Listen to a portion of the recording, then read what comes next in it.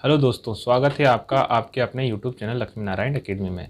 तो आज हम शुरू करेंगे सामान्य विज्ञान। सामान्य विज्ञान के कुछ खास महत्वपूर्ण प्रश्न लेके आपके सामने हैं।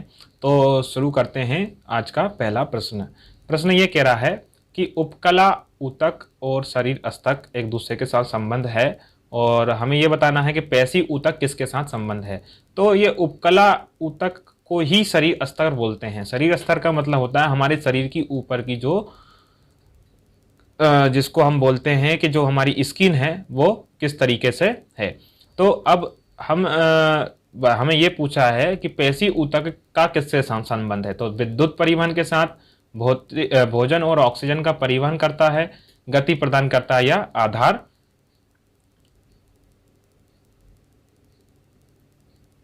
आधार और पेंडिंग। तो पेशी ऊतक जो होता है वो हमारे शरीर में क्या करता है, गति प्रदान करता है। क्या करता है? गति प्रदान करता है। तो ठीक है, अब नेक्स्ट क्वेश्चन की तरफ देखेंगे कि अगला क्वेश्चन क्या है हमारा। अगला क्वेश्चन है कि Cl की परमाणु संख्या 17 है। Cl की परमाणु संख्या 17 है, परमाणु द्रव्यमान 35 है। तो उनसे बने आयन में न्यूट्रॉन, प्रोटॉन और इलेक्ट्रॉन। तो शुरुआत में क्या होगा? न्यूट्रॉन, ठीक है, फिर प्रोटॉन, फिर इलेक्ट्रॉन की संख्या क्या है। तो इसमें न्यूट्रॉन कितना है, प्रोटॉन कितना है और इलेक्ट्रॉन कितना है, ये बताना है। तो जब भी किसी भी परमाणु की बात होगी तो जो परमाणु संख्या जो होती है, परमाणु संख्या जो होती है वो इलेक्ट्रॉनों की संख्या के बराबर होती है, ठीक है। और जो न्यूट्रॉन और प्रोटॉन की बात करें तो न्यूट्रॉन और प्रोटॉन जब मिल जाता है कि उसके बीच में जब मिल जाता है तो वो मिलकर क्या बनाता है? परमाणु द्रव्यमान। तो न्यूट्रॉन प्रोटॉन की संख्या को यदि जोड़ेंगे तो वो क्या बनाएगा? परमाणु द्रव्यमान। जब परमाणु द्रव्यमान जो होता है वो दोनों को जोड़ के बनाते हैं। तो इसमें न्यूट्रॉन जो है उसकी संख्या कितनी हो जाएगी? 18। प्रोटॉन की संख्या कितनी हो जाएगी? 17, क्योंकि 18 और 17 कितना हो जाता है? 35। और इलेक्ट्रॉन की संख्या कितनी हो जाएगी? 18, क्योंकि जो न्यूट्रॉन होता है वही क्या होता है? इलेक्ट्रॉन होता है। तो इस तरीके से जो इलेक्ट्रॉन और न्यूट्रॉन है वो कितने हो जाएंगे? 18 18। तो इस तरीके से 18 17 18, ऑप्शन नंबर कौन सा है? ऑप्शन नंबर सी इसका सही जवाब हो जाएगा। ठीक है, चलो नेक्स्ट क्वेश्चन क्या कहता है वो देखेंगे हम। तो नेक्स्ट क्वेश्चन कह रहा है कि एक निकाय समुद्री जल में तैरता है, लेकिन वही निकाय नदी के पानी में डूब जाता है। तो इसका कारण क्या है? तो इसका क्या कारण हो सकता है, तो हमें यह बताना है। तो इसका क्या कारण हो सकता है? तो समुद्र जल का घनत्व नदी के जल की तुलना में कम होता है, या समुद्री जल का घनत्व नदी की जल की तुलना में अधिक होता है। घनत्व की बात हो रही। घनत्व का मतलब क्या हो गया कि उसमें जो तैरने की जो क्षमता है, जो नीचे से ऊपर की तरफ लगने वाला जो बल है वो ज्यादा है। ठीक है, समुद्री जल निकाय पर नदी के जल की तुलना में कम उत्क्षेप का मतलब क्या होता है? नीचे से किसी ऑब्जेक्ट को धकाने में जो लग रहा है बल, वो उसको बोलते हैं। ठीक है, नदी का जल समुद्री जल से अधिक दूषित होता है। तो ये दूषित होना किसी को साइंटिफिक तरीके से ये नहीं बताता है कि कोई उसके ऊपर तैर पाता है। तो इसका सही जवाब हो जाएगा कि समुद्र जल का जो घनत्व है वो कैसा है? नदी के जल की तुलना में अधिक है। समुद्र जल का जो घनत्व है वो कैसा हो जाता है? अधिक हो जाता है, इसलिए उस पर निकाय तैर लेते हैं। ठीक है, अगला प्रश्न है कि माता पिता अमीबा के 3 लगातार द्विआधारी विखंडन से बनी अनुजात डॉक्टर, मतलब उससे निर्मित अमीबा की संख्या कितनी होगी। तो शुरुआत हो रही है माता पिता के 3 लगातार, कितने करे जा रहे हैं? 3 लगातार, 3 लगातार उसके हिस्से किए जा रहे हैं। तो 3 माता पिता का मतलब क्या हो गया? उनके अंदर केंद्र कितने होता है? 1 होता है। ठीक है, तो केंद्र कितना होता है? 1। अब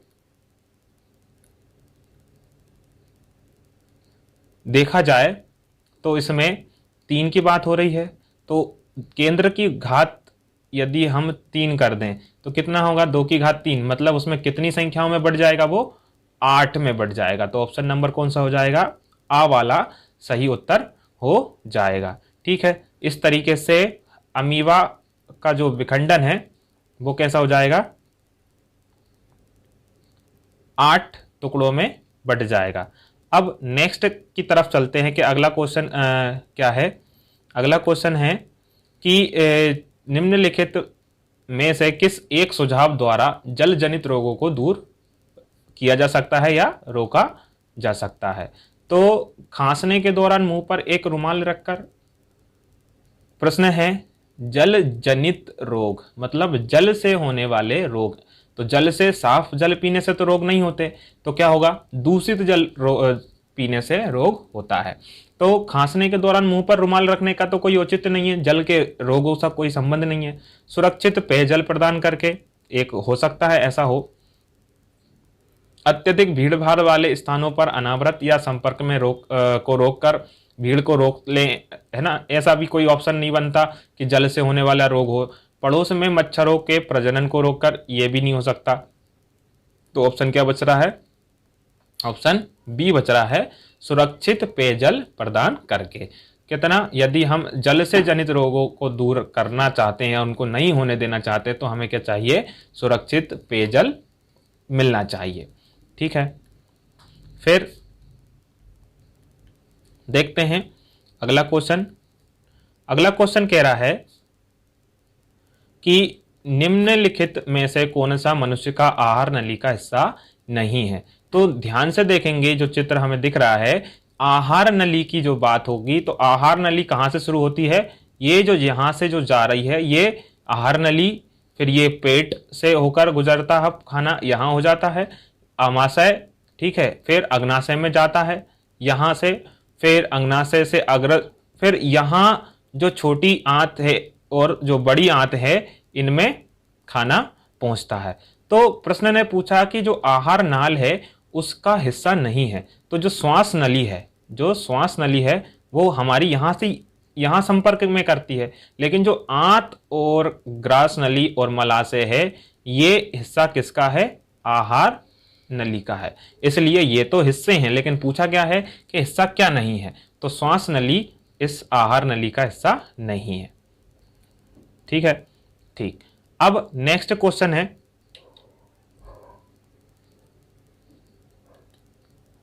कि पशुओं का भोजन जिसमें कम फाइबर हो और अपेक्षाकृत उच्च स्तर में प्रोटीन हो, कि मतलब कहना यह चाह रहा है कि खाना तो हो लेकिन उसमें क्या हो? फाइबर की मात्रा कम हो और प्रोटीन का स्तर ज्यादा हो, उसे क्या कहते हैं? दुग्ध उत्पादित भोजन बोलेंगे, सूक्ष्म पोषण बोलेंगे, मोटा चारा या रफेज बोलेंगे, या सांद्र कंसंट्रेट बोलेंगे? तो इसको बोलते हैं सांद्र कंसंट्रेट। ठीक है, इसे क्या बोलते हैं? सांद्र कंसंट्रेट। अब नेक्स्ट क्वेश्चन है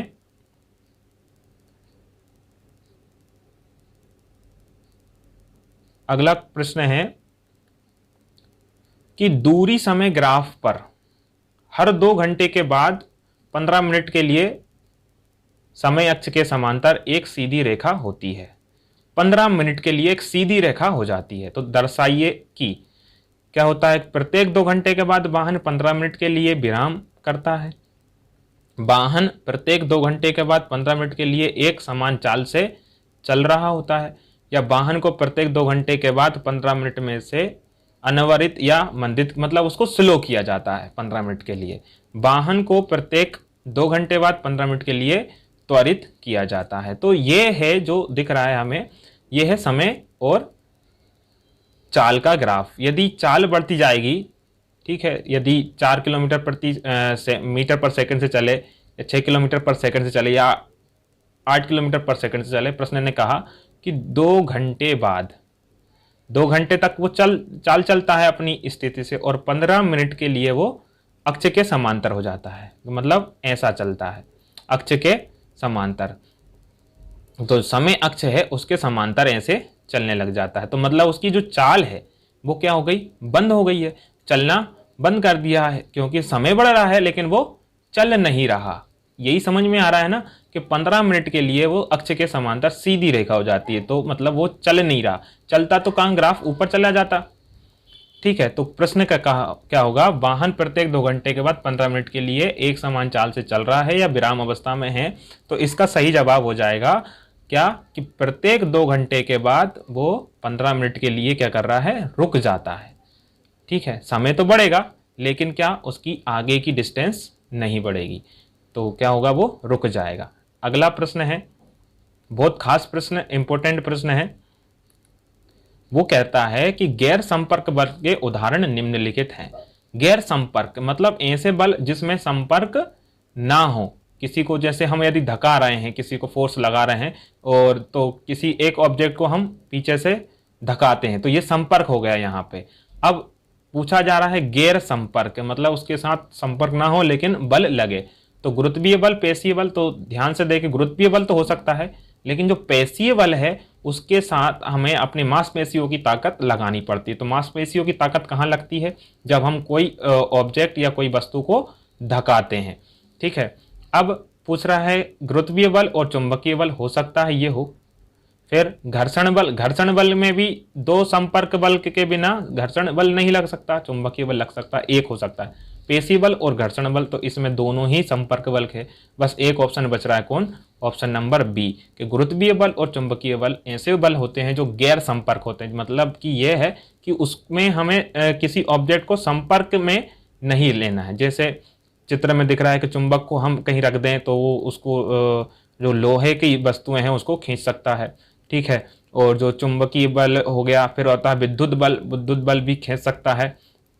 फिर जो हम आसमान में जाते हैं, गुरुत्वाकर्षण बल पृथ्वी का जो लगता है वो उसकी तरफ खींचता है लेकिन संपर्क नहीं होता। अब इसी तरह एक और खास इंपॉर्टेंट प्रश्न है, वो क्या कहता है वो देखते हैं।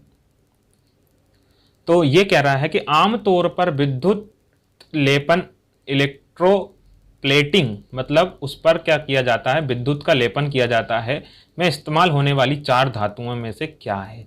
कॉपर, सोना, जिंक, आयरन। ठीक है, सोडियम, जिंक, सोना, कॉपर, और क्रोमियम, जिंक, सोडियम और कॉपर, क्रोमियम, जिंक, सोना और कॉपर। तो ये एक विधि है जिससे क्या, कॉपर सल्फेट के घोल से लोहे पर और कॉपर की 2 छड़ हैं उनमें ये विद्युत का प्रवाह किया जाता है। तो इसमें जब विद्युत लेपन किया जाता है तो उसमें इस्तेमाल होने वाली धातुएं कौन सी हो जाएगी, इसमें इस्तेमाल हो जाएगी क्रोमियम, जिंक और सोना, कॉपर। तो ये जो धातुएं हैं ये हो जाएगी इस पर इलेक्ट्रोप्लेटिंग करने के लिए। ठीक, तो इस तरीके से जो आज हमने क्वेश्चन करे हैं वो बहुत खास हैं, इंपॉर्टेंट है, पिछली परीक्षाओं में आए हुए हैं। तो इसी तरह हम आगे भी बहुत सारे क्वेश्चन करेंगे और प्रैक्टिस करते रहेंगे इसी तरह, और जब कुछ कॉन्सेप्ट समझने की बारी आएगी तो हम उनके कॉन्सेप्ट भी समझेंगे। ठीक है, थैंक यू। वीडियो को लाइक कर दीजिएगा। धन्यवाद।